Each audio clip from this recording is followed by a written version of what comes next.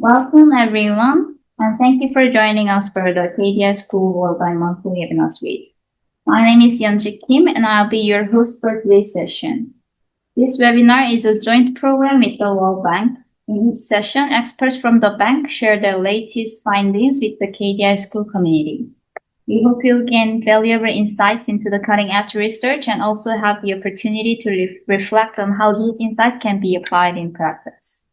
Before we get started, please note that today's webinar will be recorded for knowledge sharing purposes.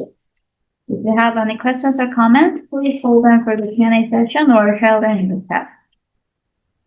Today's webinar is titled Industrial Policy for Development. I'm pleased to introduce our speaker today, Dr. Ana Margarida Fernandes. Ana Margarida Fernandes is a lead economist in the World Bank Development Research Group, focused on trade and development. In her research, she has studied the consequences of openness to trade and investment, as well as the impact of public policies like customs reform, deep trade agreements, and export promotion, and she has significant regional experience in Africa and Eastern Europe. She leads the Exporter Dynamic Database project, which studies the causes of exporter entry, growth, and exit. A native of Portugal, she holds a PhD in economics from Yale University and a bachelor from the Nova University of Lisbon. Everyone, please join me in welcoming Dr. Fernandes. Please share your slides. Yes, thank you very much for the introduction, and thank you for the invitation to present our report in this monthly event. So it's really a pleasure to tell you some insights from our report on industrial policy for development. This is joint work with Tristan Reed. Both of us are researchers in the World Bank Research Department. And I'll start with some context. I suppose many of you may be aware that about 30 years ago, there was a very famous report published by the World Bank called the East Asian Miracle. That report tried to understand the growth experience of East Asian economies, and it was a report that ended up sort of stigmatizing industrial policy, because that report concluded that what explained the East Asian growth miracle were mostly the sound fundamentals: human capital, savings rate, macroeconomic stability. So at that time and since then, many critiques have been made to the report because many people believe that industrial policy played a big role. Another conclusion from that report was that whatever had happened in East Asia would not be replicable elsewhere, because East Asia had very specific context, politics, and history. Now, we fast forward 30 years and we come into a very different global environment with slower growth, with automation, geopolitics, protectionism, many different forces. And about a year and a half ago, developing countries at the executive board of the World Bank asked that the World Bank do a new analysis of industrial policy. And that's where Tristan and I came in. We are researchers, and we were asked to take a new perspective and take into account evidence over the last 30 years and try to provide frameworks and ways of thinking about industrial policy that can help governments and researchers and policymakers to think about what tools they can implement and how they can use these types of policies in their countries. So the questions we address in the report are 5. What is, who does, how to do industrial policy, which activities to target, and how to get institutions right. I'm only going to be able to touch on a few insights on each of these questions, and hopefully those of you who are interested will then go and read more details in the different chapters. So let's start by definition. So what is industrial policy? Our definition is that industrial policy is government action to grow a strategic business activity. And there are a few key words or expressions that we use. So the word industrial, we talk about industrial policy because that's the historical expression. But throughout the report, we emphasize that the types of policy tools and government actions may be fostering activities not only in manufacturing, but also in agribusiness or critical minerals or tourism, for example. Most often we use the word business activity rather than product, industry, or sector, because the government may be fostering a different type of action. So maybe it's doing things differently in an industry that already exists, for example, adopting AI in forestry. And we use the word strategic because for an action to be industrial policy and to be targeting a particular activity, it means that the government has decided that some activities are more important than others. Although I said that the main impetus for this report came from developing countries at the executive board of the World Bank, we also consulted with a global network of country economists to ask that work at the World Bank and deal with governments and policymakers on a almost daily basis. We asked them if they had been asked in the previous year, so during 2025, whether they had been asked about industrial policy advice by their client governments. And overwhelmingly, they said yes, they had. And most of the times, these governments were asking for advice for industrial policy with the purpose of creating jobs, generating investment, improving domestic competitiveness. So mostly it was about a development objective. This is very different from what we've heard very often in the last couple of years, and even in the last 5 years, where we've heard a lot of industrial policy, especially in advanced economies, being implemented for other reasons: national security, geopolitical concerns, supply chain resilience, or even climate change. It doesn't mean that these goals are not important for developing economies, but there's a more important goal, which is development and growth. So when we talk in the report about industrial policy for development, what we mean is that the policy is trying to address market failures, target activities with positive spillovers, and when that's the case, and if that's done well, at least in theory, this can be a growth-enhancing type of policy with no trade-offs. So one thing we found an interesting exercise we did for the report was to try to understand what was the perspective of the World Bank towards industrial policy in its lending. And so we looked at 20 years of data for World Bank development policy loans. These are very large loans that are given to countries' governments. And for those loans to be approved and disbursed, countries need to commit to doing some prior policy reforms. And so we looked at those prior policy reforms or prior policy actions, and we identified which of those had something to do with industrial policy. And so we identified 3 key industrial policy tools or institutions that were part of those prior actions. And so we found that for SOEs and for subsidies, generally these prior actions in government in development policy loans were actually supportive of those tools. So generally what was required of countries was to reform or to improve governance or improve transparency.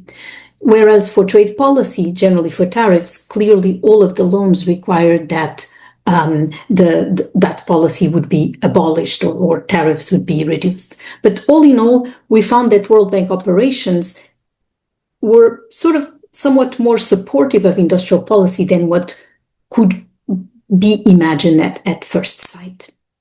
So who does industrial policy? So here a key message of our report is again a bit different from the rest of the literature and from the rest of the studies that you've probably seen in recent years, for example, from the IMF and from other institutions.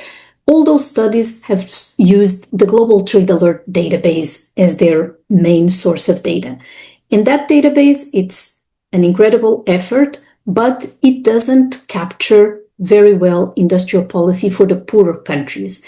And so in our report, we have some discussion on what are some of the issues with that database. We do provide some charts based on that database, but our main message of developing countries being heavier users of industrial policy actually comes from three different sources of data that I'm going to describe to you next. So the first one is national development plans. So we did analysis of each country's most recent national development plan, and we identified the industries that are prioritized for growth in those plans and how many of those. What you can see in this chart on the y-axis is how many industries are prioritized for growth in each country, and this is plotted against GDP per capita. And we can see this very clear negative link. So the poorer the countries, the more industries they target.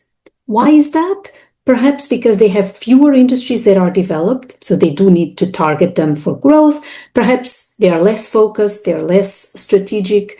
Or it might also be that as countries get richer, they already have a lot of industries, so in their plans, what they tend to target are more cross-cutting technologies, for example, AI. But this is a first piece of evidence that suggests that developing economies are indeed using industrial policy more heavily. They're targeting more industries for, growth and for, being priorities in growth. Then we look at two classic industrial policy tools, import tariffs and subsidies. That's going to be in the next slide. For import tariffs, we find, if you first look at the left chart, we find that on average, they are much higher in developing economies than in advanced economies. This chart uses data for 2023, but this would be exactly the same pattern even if we use the much higher tariffs of the US in last year. We would still find that developing economies impose higher tariff levels. But because these countries also make use of tariffs as an important source of government revenue, this chart alone doesn't tell us that they are heavier users of industrial policy through tariffs. For that, we need to combine this left chart with the right chart, where we see the dispersion in tariffs. So for a given country, how different are tariffs across the different industries and products? And again, we see that dispersion much higher for the lowering, for the countries that are not high income.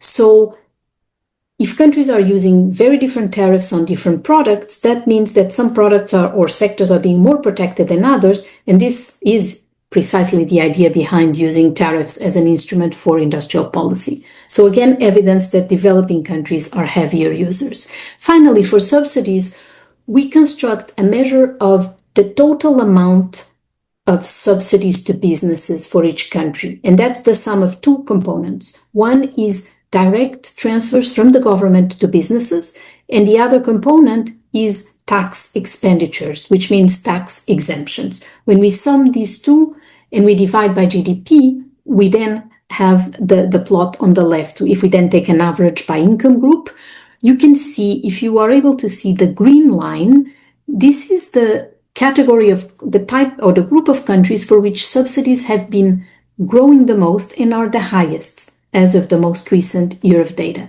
And again, these are not the higher income countries. These are upper middle income countries. So these three pieces of evidence suggest that developing countries are very heavy users of industrial policy.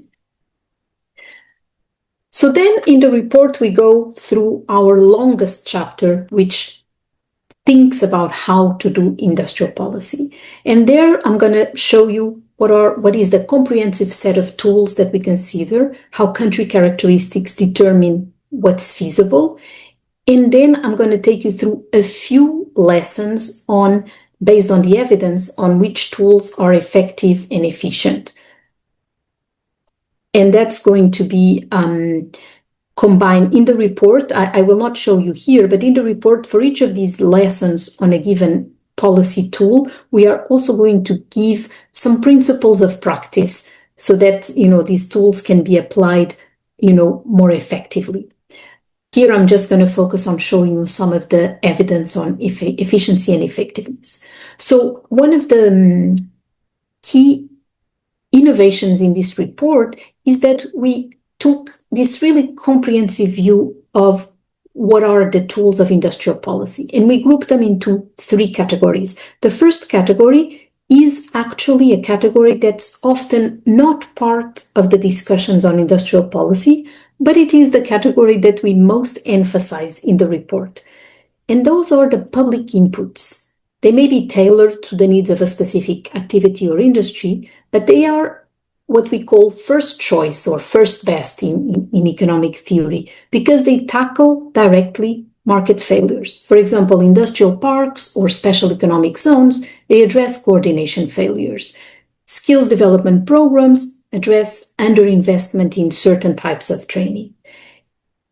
And policies like market access assistance or quality infrastructure to deal with standards and regulations address asymmetric information problems.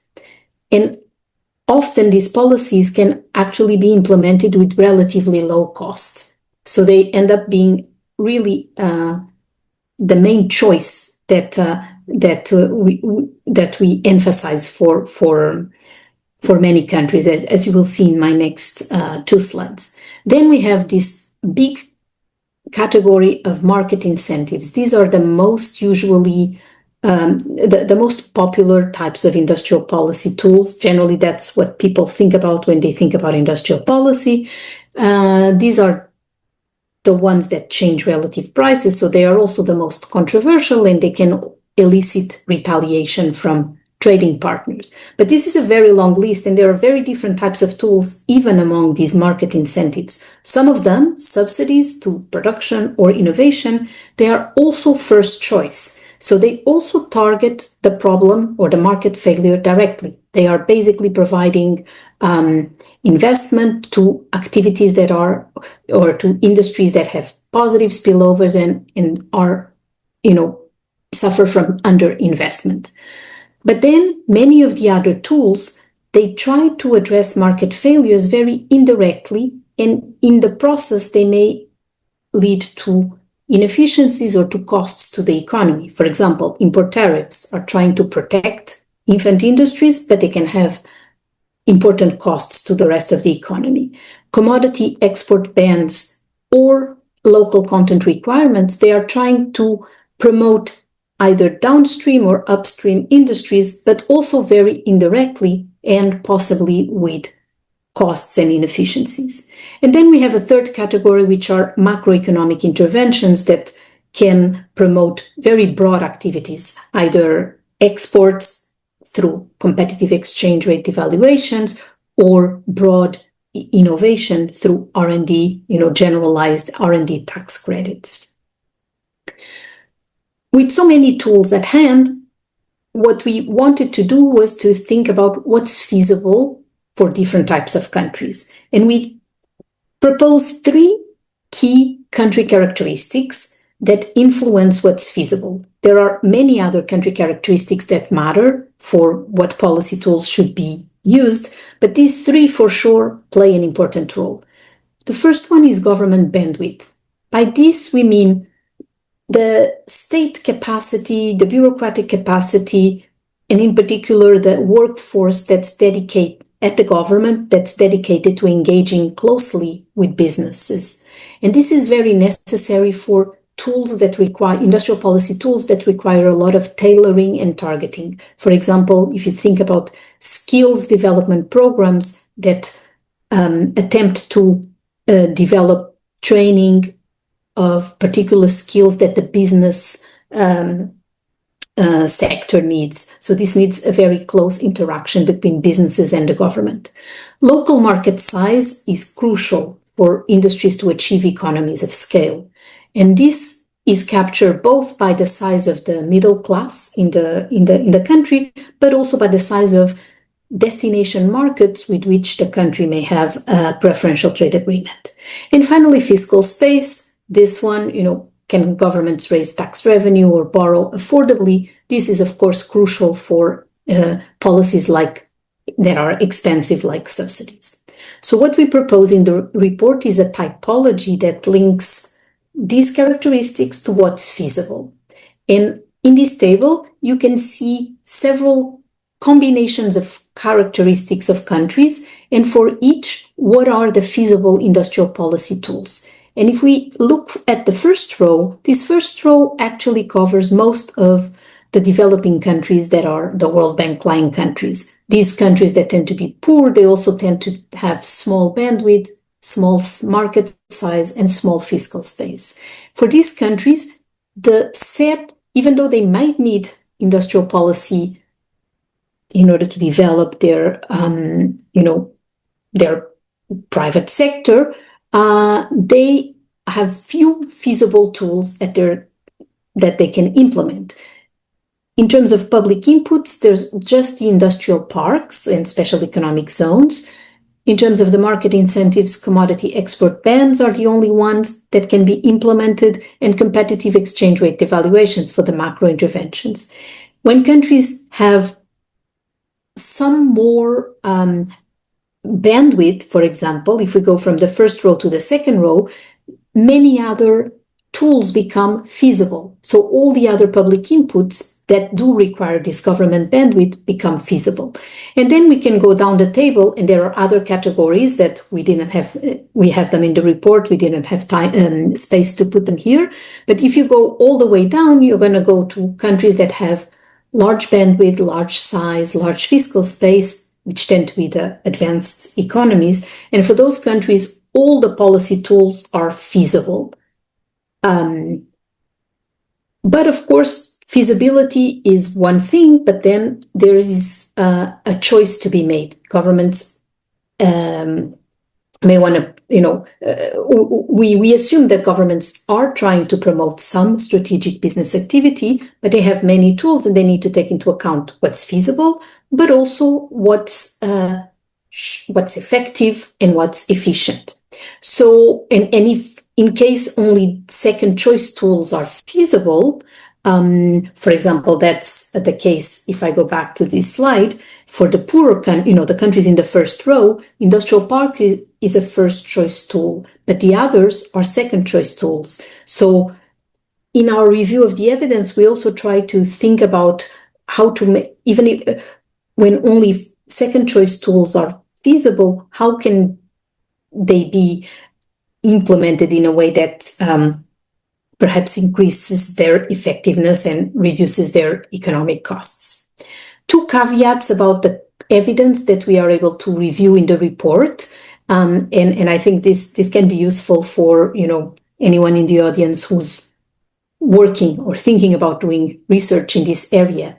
What we found in reviewing the evidence was that almost all the studies focus on manufacturing. There's very little on industrial policy being used to target other industries, even though we know that those policies exist, but there's very little in terms of their evidence.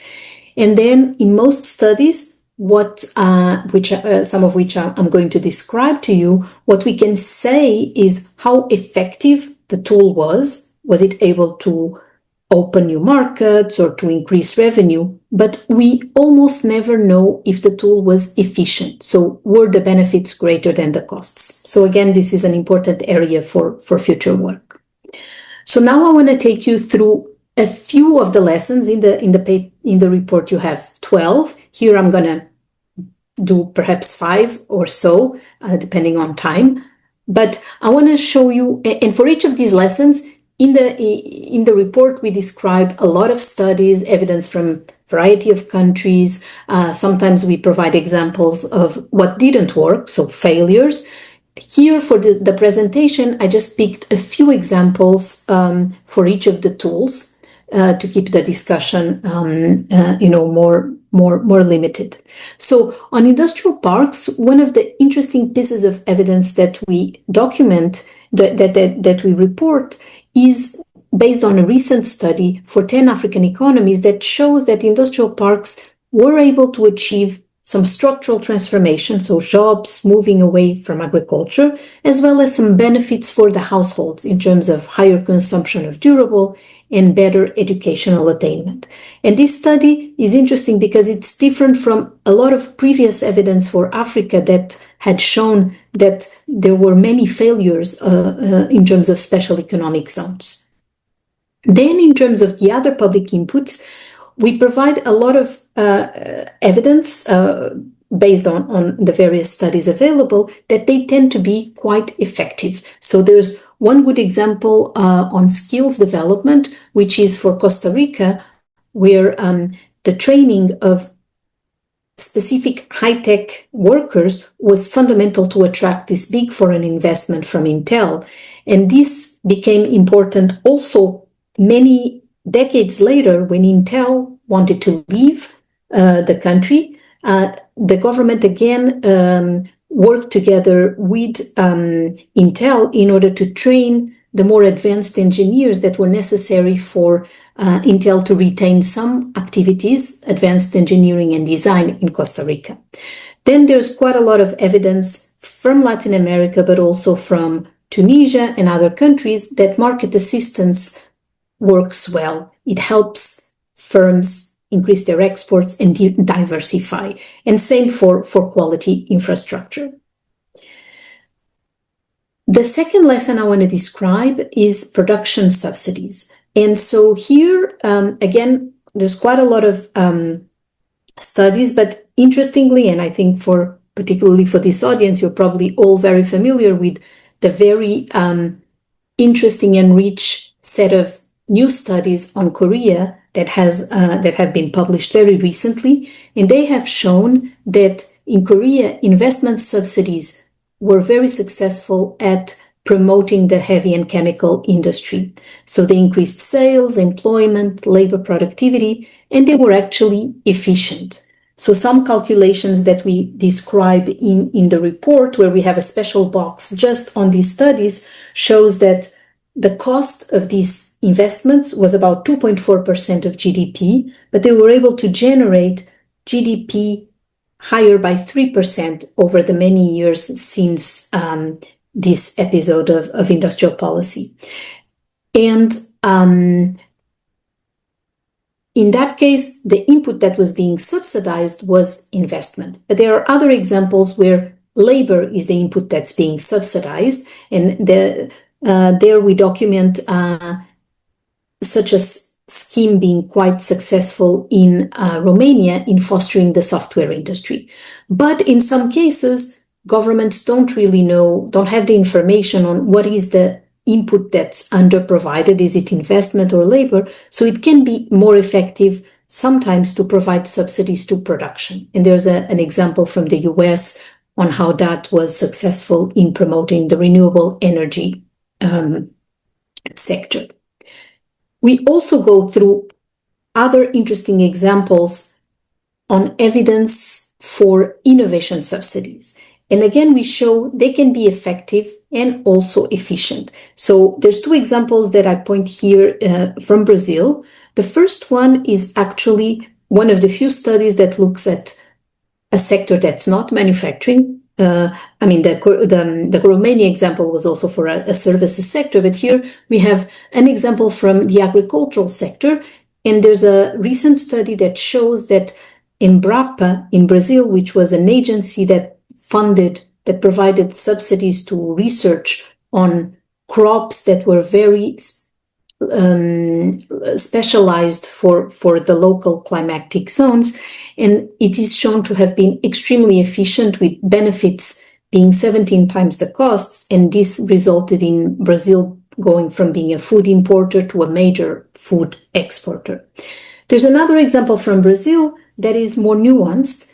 It's for manufacturing, and it's for subsidies that were given for research proposals, where the objective was to foster very advanced innovation. But the evidence shows that while they were able to foster growth of businesses, it was more about technology adaptation than frontier innovation. And this is seen from the type of patents that were cited, and also the fact that this coincided with imports of machinery, which allowed for this technology adaptation. I think I'll skip this one because we don't have too much time, but I want to point to some of these two an example from Indonesia on two of these tools that are becoming very popular in many developing but also advanced economies. And those are both, export bans. In this case, it's commodities, but we've heard about rare earths export bans and local content requirements. We are seeing them in many, many different contexts. And as I said, these are second best tools, and they are implemented to try to promote the downstream and upstream industries.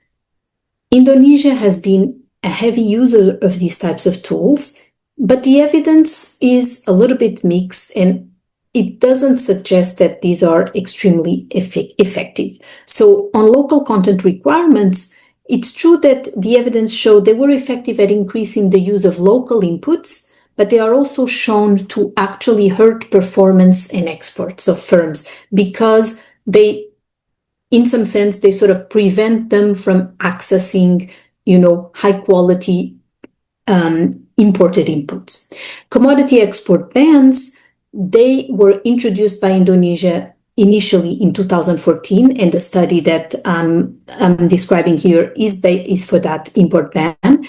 And they were imposed on different commodities. Nickel and bauxite are some of the two main ones, and the effects were extremely different. For nickel, the ban was actually effective in increasing FDI in processing smelters, in increasing domestic value added, although it did not yet achieve substitution of steel. And also, we don't really know what were the welfare effects or what were the effects on employment. At the same time, but this was a commodity for which Indonesia was a major exporter. So once it banned its exports, it was able to attract the foreign investors who wanted to have access to that commodity. They also implemented at the same time a ban on bauxite, but for bauxite, Indonesia was a very small player. There were many other countries from which, users could source bauxite, and therefore that export ban was not successful at attracting aluminium smelting. Okay, so the last lesson I want to very quickly touch on is an issue that often comes up in discussions of industrial policy, and it's about termination clauses, having an end date for the industrial policy, and with the argument that industrial policy should be temporary, and once the effects are achieved, it should be withdrawn. And we go through several examples in this lesson. For example, there's a current Indian industrial policy, the production-linked incentive, which has been introduced as a temporary measure while the government addresses more long-term problems with fundamentals. There was also an idea of temporariness in the industrial policy that fostered shipbuilding in China, where initially there were entry subsidies for this industry, but they were terminated after there was too much entry and there was a need to foster some consolidation, given that the industry requires very large economies of scale. How long should a temporary industrial policy last? There is no set rule, but some evidence from the US, actually for import tariffs on an infant industry, shows that it takes about 10 years to develop a new industry. So certainly policies should be allowed to remain in place for perhaps 10 years. And this actually raises an interesting issue, which is, instead of a problem that is often mentioned that, it's difficult to let losers go, we think that it's also important to think about another problem, which is it's important to keep winners long enough. So temporary industrial policy, but not something that should change with every government. So it should last for, perhaps at least 2 political cycles.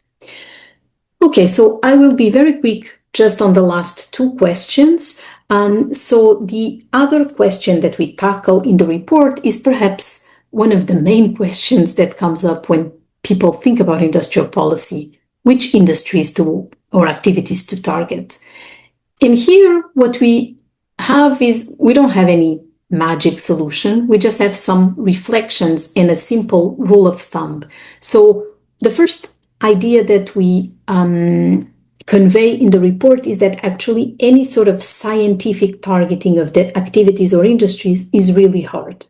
There's a lot of excellent recent research that tries to estimate, for example, scale economies in different industries, but one excellent paper finds that rubber and plastic is the industry with largest scale economies. Another excellent paper finds that rubber and plastic has the lowest scale economies.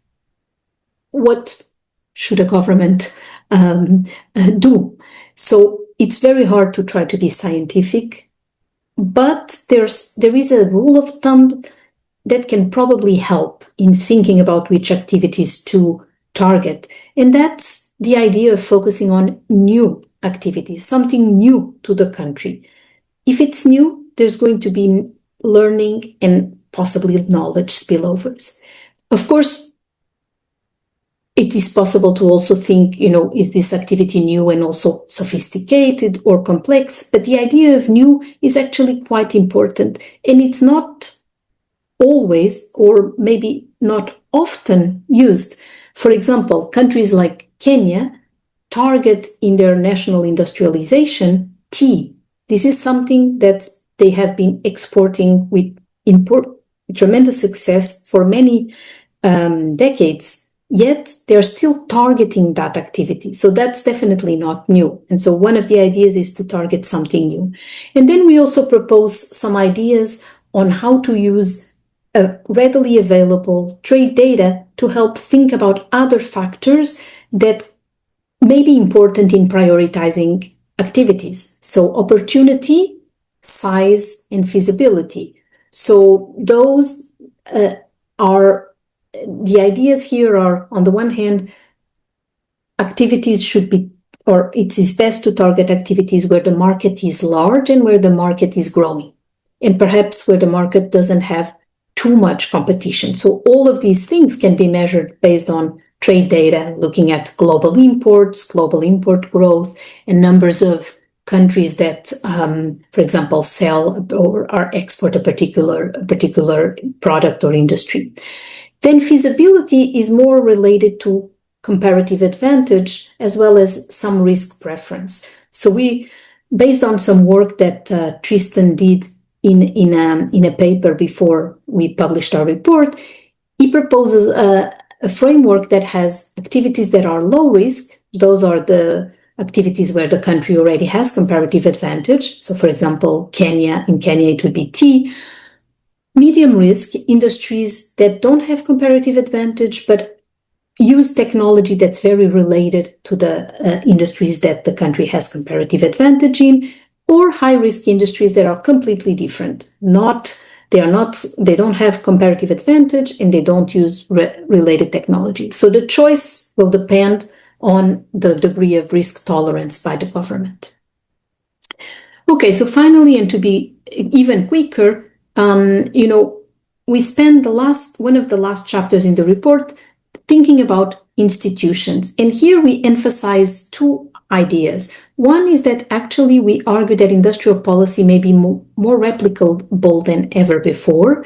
And the other is that we emphasize very much the importance of these small independent government agencies that can complement trade and industrial ministries.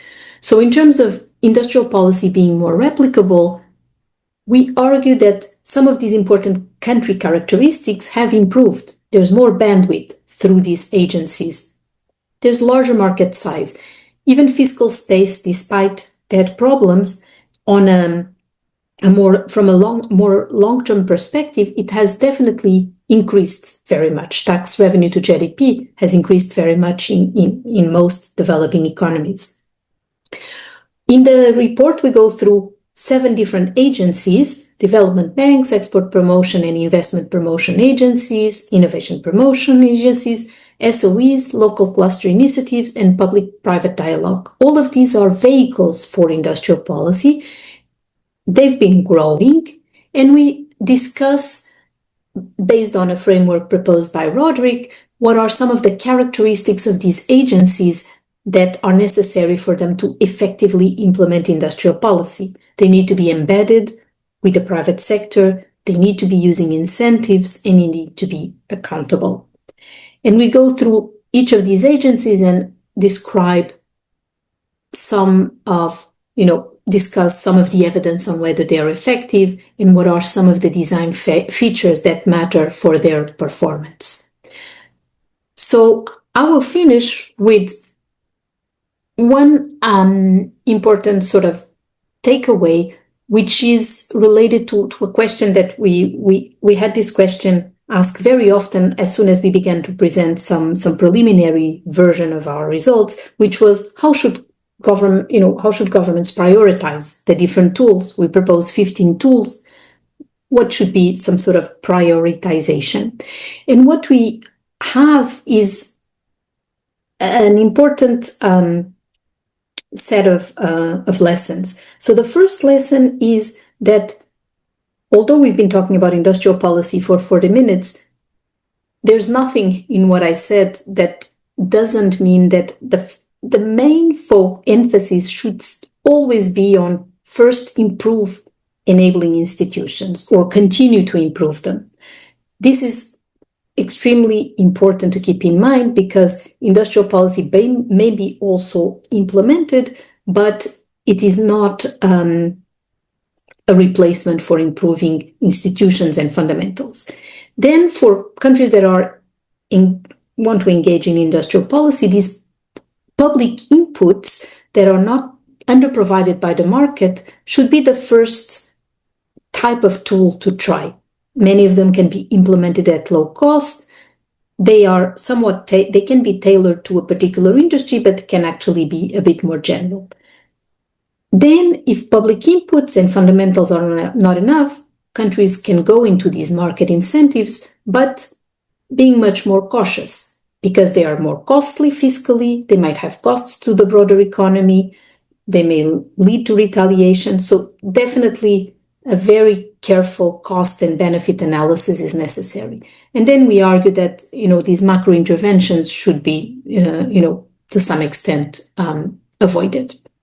So I think I'll stop here